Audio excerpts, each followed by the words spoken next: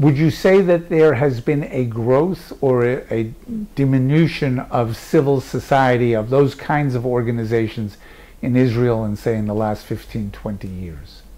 So I think it's better to have even longer period of civil society, because actually the state of Israel was established by civil society.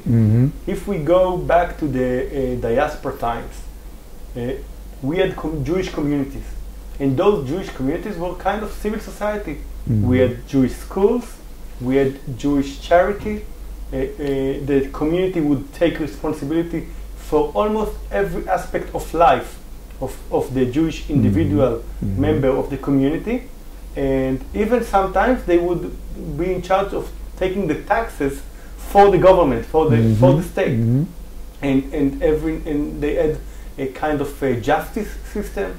So actually for 2,000 years of diaspora, of Galut, we had very vibrant civil society. And this civil society was actually established the Zionist movement, and what we know today as the Jewish Agency and the World Zionist Organization and the JNF, the Jewish National Fund.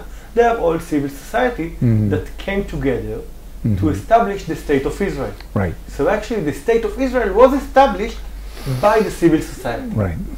In an article that I published in a Shiloach newspaper, I actually had another idea that people usually do not notice, that when Ben Gurion established the state of Israel, so he believed in more central